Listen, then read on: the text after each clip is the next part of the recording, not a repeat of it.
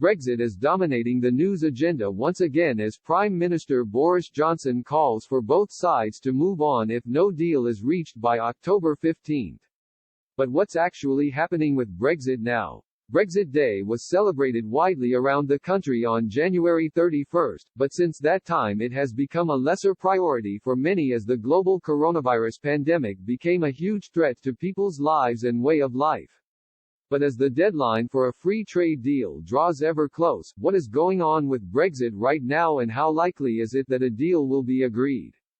Britain voted to leave the European Union on June 23, 2016, with 52% backing this result.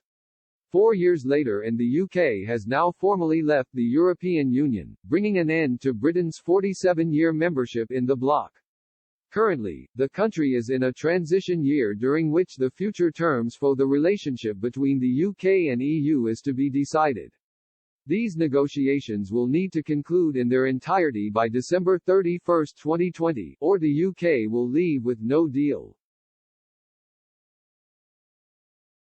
Boris Johnson is reportedly drawing up new legislation which will override the Brexit withdrawal agreement on Northern Ireland. Sections of the Internal Market Bill, due to be published on Wednesday, will eliminate the legal force of parts of the withdrawal agreement in areas such as Northern Ireland, state aid and customs, according to the Financial Times. A source told the FT the move could clearly and consciously undermine the agreement on Northern Ireland that the Prime Minister signed last October to avoid a return to a hard border with the Irish Republic. The FT said this move could risk collapsing trade talks completely.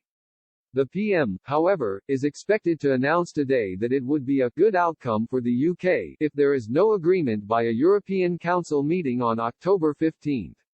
A UK government spokesperson has said ministers will always reserve the right to act in the best interests of Northern Ireland and the UK's internal market.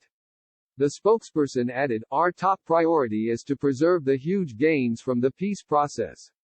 The spokesperson said, "As a responsible government, we are considering fallback options in the event this is not achieved to ensure the communities of Northern Ireland are protected."